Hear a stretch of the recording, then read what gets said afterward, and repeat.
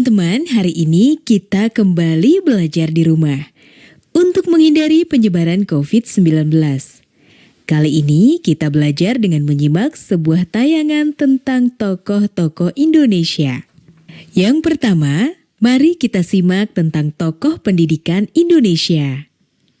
Ayo, sediakan alat tulis dan bersiaplah menjawab pertanyaan. Setiap tanggal 2 Mei, kita memperingati Hari Pendidikan Nasional yang diambil dari hari kelahiran Ki Hajar Dewantara. Melalui pendidikan, Ki Hajar berjuang melawan penjajah Belanda. Seperti apa ceritanya? Ayo teman-teman, kita simak bersama. Ki Hajar Dewantara terlahir dengan nama Raden Mas Suwardi Suryaningrat pada tanggal 2 Mei 1889. Ia dibesarkan dalam lingkungan Keraton Pakualam di Yogyakarta. Ki Hajar sempat kuliah di Stovia atau Sekolah Dokter Pribumi. Kemudian ia bekerja sebagai wartawan di koran seperti Utusan Hindia dan Kaum Muda. Sejak muda, Ki Hajar berani menentang pemerintah kolonial Belanda. Bersama Daus Dekker dan Cipto Mangunkusumo, ia mendirikan Indies Partij pada tahun 1912 yang bertujuan mencapai Indonesia merdeka. Akibat kritiknya pada pemerintah Belanda, dalam tulisan Seandainya Aku Seorang Belanda, Ki Hajar diasingkan ke Pulau Bangka. Daus Dekker dan Cipto Mangunkusumo membela sahabat mereka, sehingga akhirnya 3 serangkai ini diasingkan bersama-sama ke negeri Belanda. Masa pengasingan di Belanda dimanfaatkan Ki Hajar untuk mendalami dunia pendidikan dan pengajaran. Pada tahun 1919, Ki Hajar kembali ke tanah air dan terus mengkritik pemerintahan kolonial Belanda lewat tulisan-tulisannya. Akibatnya, ia pun sering keluar masuk penjara. Tanggal 3 Juli 1922, Ki Hajar mendirikan lembaga pendidikan Taman Siswa di Yogyakarta. Sejak saat itu, Suwardi Suryaningrat memakai nama Ki Hajar Dewantara. Anak-anak dari semua kalangan, baik ningrat maupun rakyat biasa, bisa bersekolah di Taman Siswa. Perguruan ini memiliki semboyan Ing Ngarso Sung Tulodo, Ing Madyo Mangunkarso, Tutwuri Handayani. Artinya, di depan memberi contoh, di tengah membangun semangat, dan di belakang memberi dorongan. Prinsip ini berlaku untuk semua pamong atau guru dan murid di Taman Siswa. Setelah Indonesia merdeka, Presiden Soekarno mengangkat Ki Hajar sebagai Menteri Pendidikan pertama. Semboyan Tutwuri Handayani pun hingga kini tetap dipakai dalam dunia pendidikan Indonesia.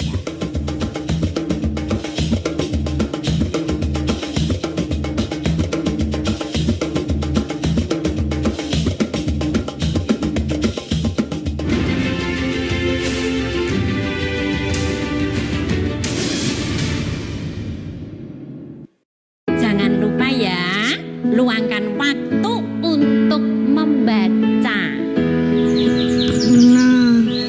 sudah membaca apa, Dek? Ini Kak, menanam.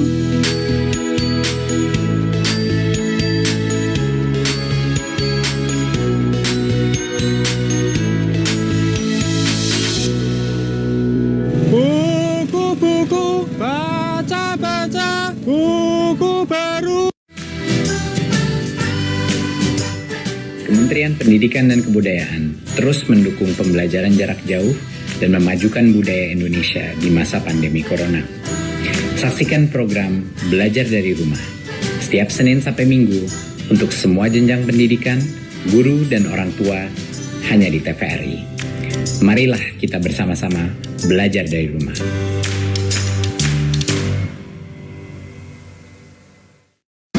Sahabat edukasi, pemerintah menghimbau masyarakat untuk bekerja, belajar, dan ibadah di rumah. Ini dilakukan untuk memutus mata rantai penyebaran coronavirus disease atau COVID-19. Usaha kita diantaranya adalah tinggal di rumah, jangan keluar kalau tidak penting, selalu menggunakan masker kalau kita pergi dan ada di lingkungan publik. Laksanakan social dan physical distancing.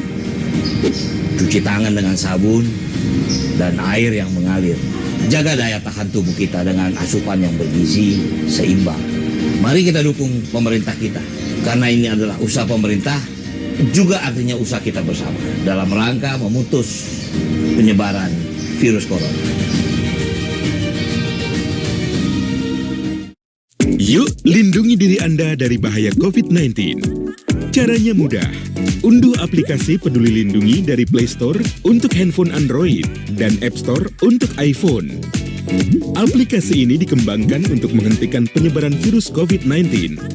Dengan mengandalkan kepedulian dan partisipasi masyarakat, saling membagikan data lokasinya saat bepergian, agar penelusuran riwayat kontak penderita COVID-19 dapat dilakukan.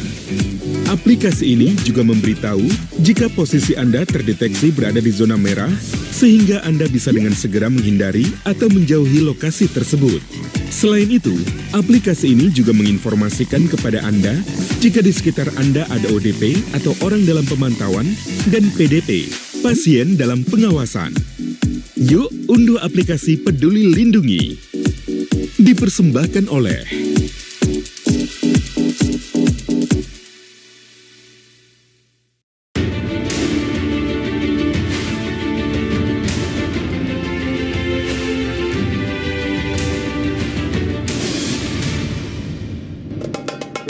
Teman-teman, tentu kalian tahu dasar bahasa Indonesia adalah bahasa Melayu. Nah, kali ini kita akan mengenal lebih jauh pahlawan nasional dan bapak bahasa Indonesia, yaitu Raja Ali Haji, pujangga Melayu dari Kepulauan Riau. Raja Ali Haji lahir sekitar tahun 1808 di Pulau Penyengat, Kepulauan Riau. Ia adalah keturunan bangsawan Kerajaan Riau Lingga. Tahun 1828, Raja Ali menunaikan ibadah haji dalam usia 19 tahun. Sejak saat itu, gelar haji disematkan di belakang namanya menjadi Raja Ali Haji. Sepanjang hidupnya, Raja Ali Haji telah menulis sekitar 15 kitab. Karangannya meliputi bidang bahasa, sastra, sejarah, hukum, serta agama Islam. Karya sastra Raja Ali Haji yang paling terkenal adalah Gurindam 12 yang berisi nasihat dan petunjuk bagi manusia agar dirahmati Tuhan. Sedangkan karya Raja Ali Haji pertama di bidang linguistik atau tata bahasa adalah Bustan Al-Katibin Is-Subyan Al-Muta'alimin yang biasa disebut Bustan Al-Katibin. Bustan Al-Katibin menjadi penting karena memberikan dasar pelajaran bahasa Melayu, pedoman ejaan, dan huruf Arab Melayu. Di samping Bustan Al-Katibin, karya Raja Ali Haji yang juga jadi pedoman bahasa Melayu adalah Kitab Pengetahuan Bahasa. Kitab ini terbit tahun 1929 di Singapura dan menjadi kamus ensiklopedia bahasa Melayu yang pertama. Nama dan karya Raja Ali Haji dikenal luas berkat surat menyuratnya dengan Herman van de Wall, seorang ahli sastra kelahiran Jerman yang ditugaskan Belanda menyusun kamus bahasa Melayu Belanda. Mereka berkirim surat selama 15 tahun, sejak tahun 1857 hingga 1872. Selain membahas karya-karya sastra, Raja Ali Haji juga bercerita mengenai kesehariannya. Dari ceritanya antara lain diketahui, Raja Ali Haji juga sering menulis dan menjadi guru di Pulau Pengujan, sebuah pulau kecil di Kepulauan Riau. Pemerintah Indonesia kemudian menganugerahkan gelar pahlawan nasional dan Bapak Bahasa Indonesia pada Raja Ali Haji pada 5 November 2004. Jadi, bila teman-teman pergi ke Pulau Penyengat, jangan lupa kunjungi makam Raja Ali Haji di Kompleks Masjid Raja Sultan Riau ya.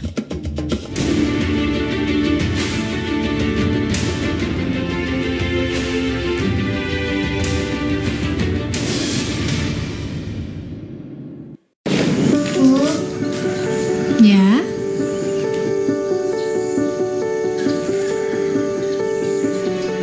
Ini tabungan Intan. Dan ini semua buat ibu ya. Intan gak mau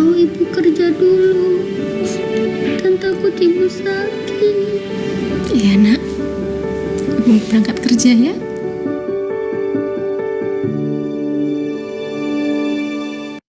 Belajar dari rumah sangat menyenangkan. Iya ya, asik banget. Belajar dari Rumah, sebuah program yang memperluas akses belajar melalui televisi dan untuk seluruh jenjang pendidikan, mulai PAUD hingga pendidikan menengah. Ada pula siaran kebudayaan untuk semua dan pengasuhan anak bagi orang tua dan guru. Saksikan Belajar dari Rumah hanya di TVRI, Senin sampai dengan Jumat, mulai 13 April 2020, mulai pukul 8 waktu Indonesia Barat. Tonton sajian program pembelajaran dan kebudayaan yang bermanfaat, seperti pesan Menteri Pendidikan dan Kebudayaan Republik Indonesia, Bapak Nadiem Makarim berikut ini. Kementerian Pendidikan dan Kebudayaan terus mendukung pembelajaran jarak jauh dan memajukan budaya Indonesia di masa pandemi corona. Saksikan program Belajar dari Rumah untuk semua jenjang pendidikan, guru dan orang tua hanya di TVRI. Marilah kita bersama-sama belajar dari rumah. Informasi ini dipersembahkan oleh Kementerian Pendidikan dan Kebudayaan Republik Indonesia. Bulan suci penuh berkah kembali tiba.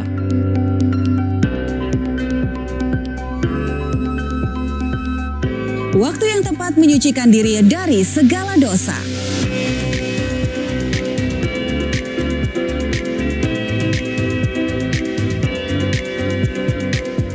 Saksikan konser Marhaban Ya Ramadan bersama saya Dewi Gita. Bersama saya Lucky Octavian. Bersama saya Rina Fahlevi. Dan saya Tengku Fajri, tentunya hanya di TVRI, Media Pemersatu Bangsa. Saudara, dalam video amatir terlihat petugas medis ketika merawat seorang pasien kategori pasien dalam pengawasan penyakit COVID-19. Informasi teraktual seputar COVID-19. Pembatalan beberapa penerbangan memang sudah mulai terjadi sejak adanya informasi virus corona masuk ke Indonesia. Pantauan, pencegahan, penanganan wabah virus corona. 13 rumah sakit yang tersebar di 7 kabupaten dan 1 kota sebagai rumah sakit rujukan pasien COVID-19 ini. Kami hadirkan dalam info terkini COVID-19.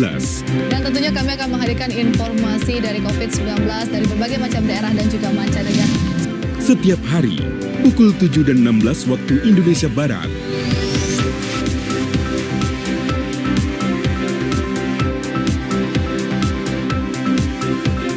TVRI, Media Pemersatu Bangsa.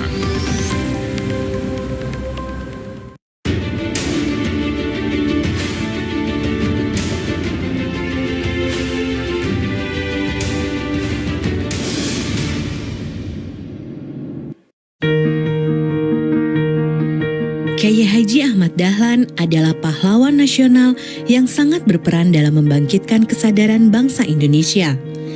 Dia melakukannya melalui pembaharuan Islam dan pendidikan. Ayo teman-teman, kita simak bersama ceritanya yuk. Sewaktu kecil, Ahmad Dahlan dikenal dengan nama Muhammad Darwis. Ia dilahirkan tanggal 1 Agustus 1868 di Kampung Kauman yang tidak jauh dari Keraton Yogyakarta. Saat berusia 15 tahun, dia menunaikan ibadah haji dan menetap di Mekah selama 5 tahun.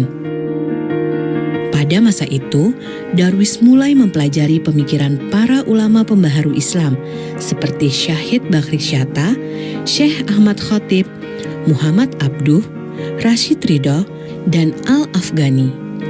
Ketika pulang ke tanah air tahun 1888, Darwis mengganti namanya menjadi Ahmad Dahlan. Tahun 1903, Dahlan kembali lagi ke Tanah Suci dengan mengajak putranya Muhammad Siraj yang berusia 6 tahun.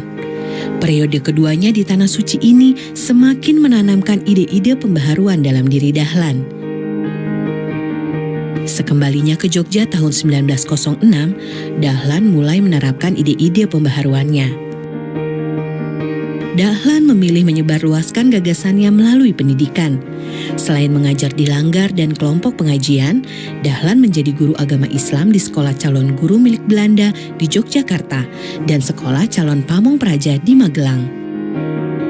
Dahlan juga masuk Budi Utomo pada tahun 1909 agar agama Islam dapat menjadi pelajaran resmi di sekolah-sekolah Budi Utomo. Pada tahun 1911, akhirnya Dahlan berhasil mendirikan sekolah formal yang dinamakan Madrasah Ibtidaiyah Diniyah Islam. Di sekolah tersebut, dia memadukan pendidikan agama Islam dan pendidikan Barat. Setahun kemudian, tepatnya tanggal 18 November 1912, Ahmad Dahlan mendirikan Muhammadiyah. Sejak saat itu, Muhammadiyah mengembangkan sekolah hingga ke seluruh penjuru Nusantara. Kini jejak warisan Kiai Haji Ahmad Dahlan tersebar di puluhan ribu lembaga pendidikan, mulai dari pendidikan anak usia dini hingga perguruan tinggi.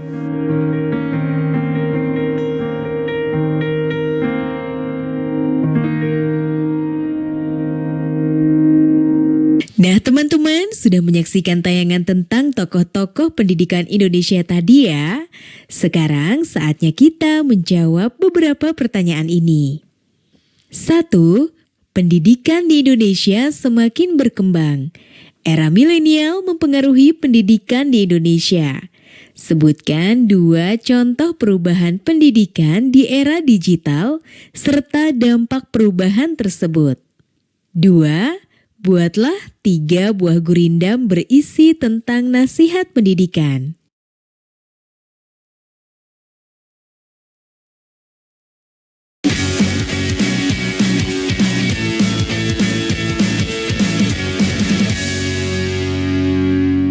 Sekolah bagaikan taman, datang dengan senang hati, di dalamnya dengan riang hati, dan meninggalkan dengan berat hati. Raihan seorang kepala sekolah dasar di Kabupaten Bima, Nusa Tenggara Barat. Mendidik anak muridnya tidak hanya di dalam kelas, tetapi juga di alam terbuka, agar lebih mengenal pengetahuan tentang kehidupan.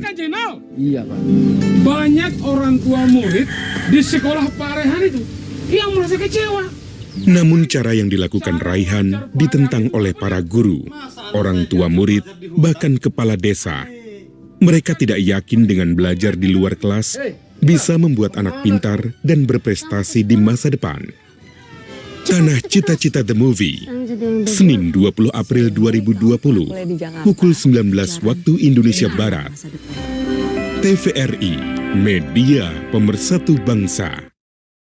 Yuk lindungi diri Anda dari bahaya COVID-19. Caranya mudah. Unduh aplikasi Peduli Lindungi dari Play Store untuk handphone Android dan App Store untuk iPhone. Aplikasi ini dikembangkan untuk menghentikan penyebaran virus COVID-19. Dengan mengandalkan kepedulian dan partisipasi masyarakat, saling membagikan data lokasinya saat bepergian, agar penelusuran riwayat kontak penderita COVID-19 dapat dilakukan. Aplikasi ini juga memberitahu jika posisi Anda terdeteksi berada di zona merah, sehingga Anda bisa dengan segera menghindari atau menjauhi lokasi tersebut. Selain itu, aplikasi ini juga menginformasikan kepada Anda jika di sekitar Anda ada ODP atau orang dalam pemantauan dan PDP, pasien dalam pengawasan. Yuk unduh aplikasi Peduli Lindungi. Dipersembahkan oleh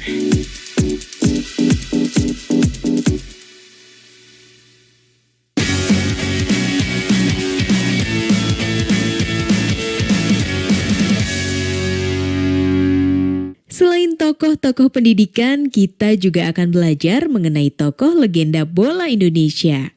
Yuk kita simak.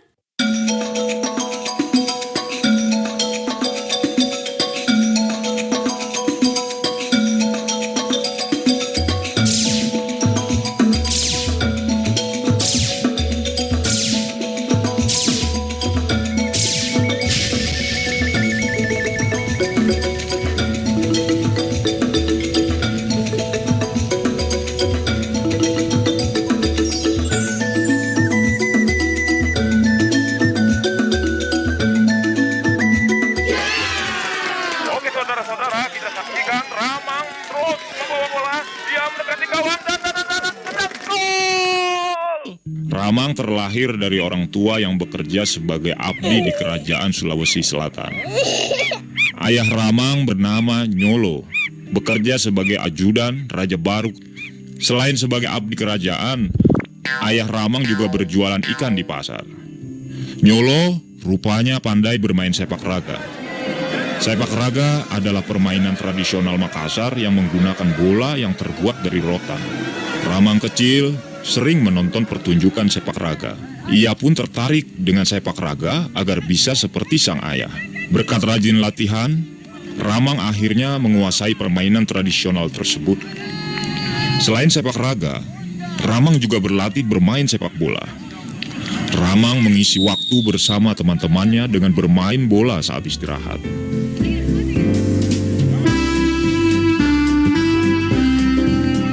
Sepatu yang dipakai Ramang hanya berupa kulit buah pinang yang diberi tali untuk dililit di pergelangan kaki dan betis.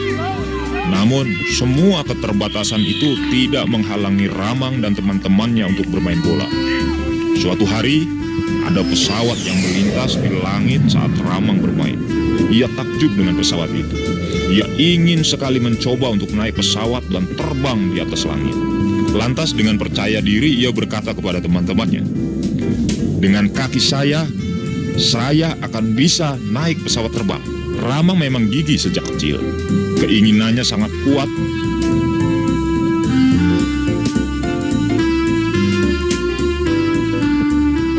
Kebiasaan Ramang berlari dan juga bersepeda sejauh 50 km bolak-balik ke pasar membuat kakinya sangat kuat. Tendangannya sangat keras. Nah, langkah awal Ramang meniti karir di sepak bola bermula saat ia bergabung di Bon Baru. Bon Baru adalah perkumpulan sepak bola di daerah baru. Saat itu usia Ramang sudah remaja. Kemampuan Ramang bermain bola semakin berkembang. Ia dipuji oleh banyak kalangan, termasuk Andi Matalata. Andi Matalata menyarankan Ramang untuk pindah ke Makassar agar Ramang bisa berlatih bola secara profesional. Setahun lebih di Makassar, Ramang baru bergabung dengan tim Ocean Football Bond atau Persatuan Sepak Bola Induk Sulawesi. Kecintaan Ramang terhadap sepak bola memang saat itu tak tertandingi. Ia merasa tidak bisa hidup tanpa sepak bola. Pada kompetisi yang diadakan oleh Makassar Football Bond atau PSM tahun 1947, Ramang berhasil menunjukkan kebolehannya. Ia mulai dibicarakan orang dari mulut ke mulut. Nah, sedikit demi sedikit ia mulai dikenal di Makassar. Pada kompetisi itu, tim Ramang pernah menang 9-0 dan hampir semua gol dicetak oleh Ramang. Berkat kehebatannya dalam kompetisi tersebut, Ramang akhirnya diajak bergabung di PSM.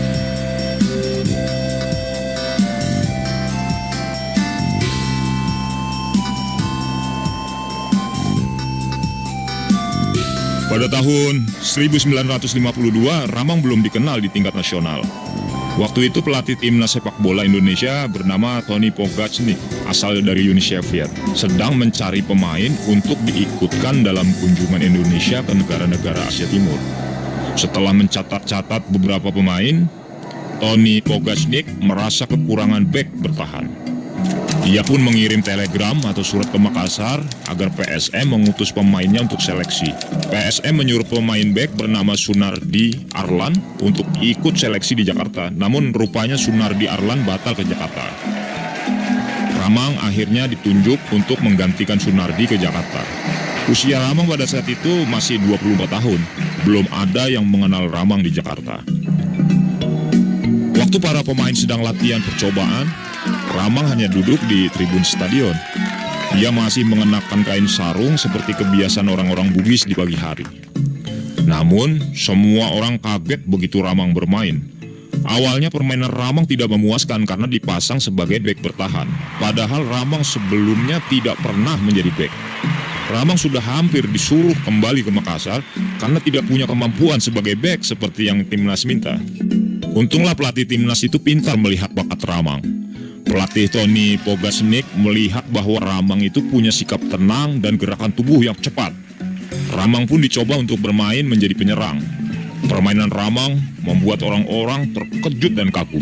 Pada sesi latihan itu, Ramang langsung mencetak 3 gol. Ia sukses membuat kiper timnas bernama Van de Wijn terkecoh. Padahal Van de Wijn adalah kiper hebat yang sulit kecoh. Pelatih Tony Pogacnik pun puas dan akhirnya menetapkan Ramang sebagai pemain inti timnas Indonesia. Nah, bergabungnya Ramang ke timnas membawa pengaruh yang sangat positif. Timnas Indonesia menjadi tim sepak bola yang tangguh dan ditakuti negara-negara lain. Kekuatan Ramang waktu kecil untuk naik pesawat terbang lewat sepak bola ternyata terbukti. 2 kaki hebat yang dimiliki Ramang berhasil membuat impiannya tercapai. Semua penderitaannya bersama istri terbayar setelah ia berhasil membawa harum nama Indonesia ke dunia internasional. Bersama timnas Indonesia, Ramang mulai berkunjung ke luar negeri. Tahun 1954, timnas Indonesia mengadakan pertandingan persahabatan ke banyak negara di Asia.